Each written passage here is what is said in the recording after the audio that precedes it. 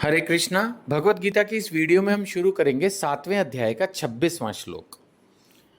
भगवान कह रहे हैं, हे अर्जुन, श्री भगवान होने के नाते मैं जो कुछ भूतकाल में घटित हो चुका है, जो वर्तमान में घटित हो रहा है और आगे होने वाला है, सब कुछ जानता हूं। ऑब्वियसली वे परम भगवान हैं, उनको तो सब कुछ पता ही है ना। एक सिंपल जो प्रिंसिपल होते हैं उनको भी पिछले सालों में स्कूल में क्या हुआ सब पता होता है, अभी स्कूल में क्या चल रहा है वो भी पता है। फिर आप तो अपनी पढ़ाई करके निकल जाते हो, उनको आगे का भी पता होता है।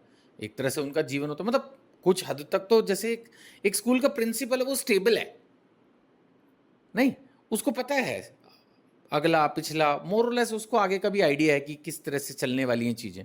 और ये तो परम भगवान है, नेचुरली उनको पास्ट प्रेजेंट फ्यूचर सब कुछ पता है, किसके दिल में क्या किसके मन में क्या। भगवान तो फिर सब कुछ ही जानते हैं, तो भगवान को तो पता ही है। इसीलिए आगे चल के भगवान बोलेंगे अर्जुन को कि ये तुम तो सिर्फ निमित्त मात्र हो, इन सब की मौत आई हुई है, मैंने इन सबको पहले ही मार रखा है, फालतू की टेंशन आप ना लें। तो ऐसे ही हमारे जीवन में आधे से ज़्यादा चीज़ें तो सब पहले से डिसाइडेड ही होती हैं। थोड़ा थोड़ा भगवान हमें फ्रीडम देते हैं अपने हिसाब से चीज़ों को करने की, अदरवाइज तो मोर और लेस बड़ी बड़ी चीज़ें सब डिसाइडेड ही हैं। भगवान कह रहे हैं, मैं समस्त जीवों को भी जानता हूं लेकिन मुझे कोई नहीं जानता। ऐसा नहीं कि भगवान को कोई नहीं जानता, भगवान को उनके भक्त अच्छे से पहचान लेते हैं। नहीं, आपको क्या लग रहा है भीष्म पितामह नहीं जानते थे भगवान कृष्ण को? अच्छे से जानते थे, पांडव भी जानते थे। तो जो भगवान का भक्त है वो भगवान को जानता है। भगवान एक सरसरी वे में बोल रहे हैं कि मुझे पास्ट प्रेजेंट फ्यूचर सब कुछ पता है, मैं सबको जानता हूँ, मुझे कोई नहीं जानता। एक जनरल वे में भगवान ने ये कहा, यानी कि जब तक भक्ति भाव ना होगा भगवान को ना समझ पाएंगे। 27वां श्लोक भगवान कह रहे हैं, हे भरतवंशी, हे शत्रु विजेता, समस्त जीव जन्म लेकर इच्छा और घृणा से उत्पन्न द्वंद्वों से मोहग्रस्त होकर मोह को प्राप्त होते हैं। मोह कैसी स्थिति है? मोह एक ऐसी स्थिति है जिसमें हम कुछ समझ ही नहीं पाते, मोहित हुए रहते हैं, यानी कि सही गलत का भेद ही नहीं कर पाते। और ये आता कहाँ से? इस तरह का मोह, ये मोहित हो जाना होता कैसे? भगवान कह रहे इच्छा और घृणा, ये दो चीज़ें हमें तंग करती हैं। एक तो इच्छाएं, जब हमारी इच्छा होती है तो हमें जो चाहिए वो चाहिए।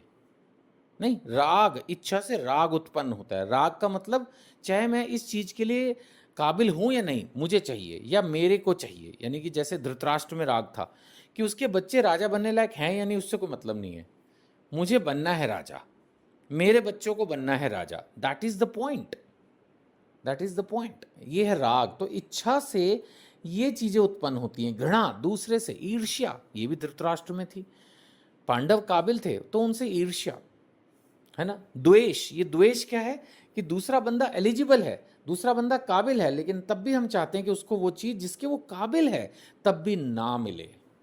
तो भगवान कह रहे हैं ये जो इच्छाएं हैं, ये जो दूसरों के सुख या दूसरों से जो हमारी घृणा है, ये द्वंद्व पैदा करती है। द्वंद्व क्या है? सुख दुख, लाभ हानि, जय पराजय, मान अपमान, ये द्वंद्व है।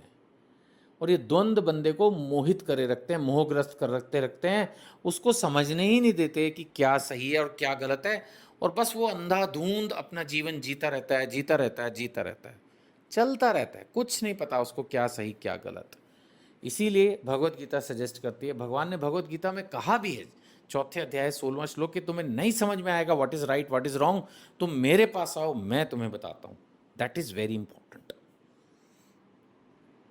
एक और श्लोक लेंगे, 28वां श्लोक। भगवान कह रहे हैं, जिन मनुष्यों ने पूर्व जन्म ने तथा इस जन्म में पुण्य कर्म किए, यानी भक्ति में था वो, ये हम 6ठे अध्याय में पढ़ चुके हैं कि कैसे जो है ना, जो भक्त होते हैं अगर किसी तरह भक्ति उनकी पूरी ना हो तो कैसे वो जन्म जन्म इंप्रूव करते हैं और अल्टीमेटली उनको मोक्ष मिलता है। तो भगवान यही कह रहे हैं, जिसने पिछले जन्मों में भी पुण्य कर्म किए हैं, भक्ति में कर्म किए, सेवा की है, इस जन्म में भी किया है, और जिनके पाप कर्मों का पूर्णतया उच्छेदन हो चुका है, यानी अब भक्ति करने से उनके पाप का फल खत्म हो चुका है, यानी पाप का जो भी उनको फल मिलना था वो जल चुका है, खत्म।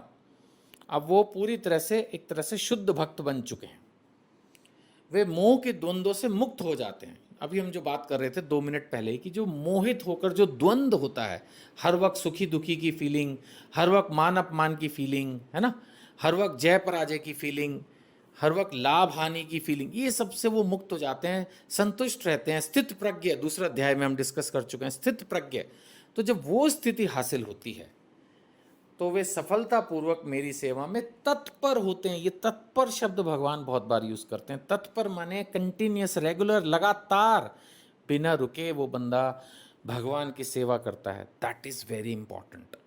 तो हमें भी भगवान की सेवा में तत्पर रहना है।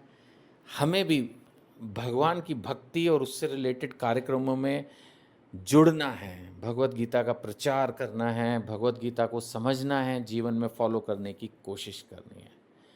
आइए मिलके खुद भी भगवत गीता पढ़ें, दूसरों को भी प्रेरित करें। किसी तरह की मदद करना चाहते हैं, जुड़ना चाहते हैं तो वीडियो पर नंबर दिया है, संपर्क कीजिए व्हाट्सएप से। हरे कृष्णा।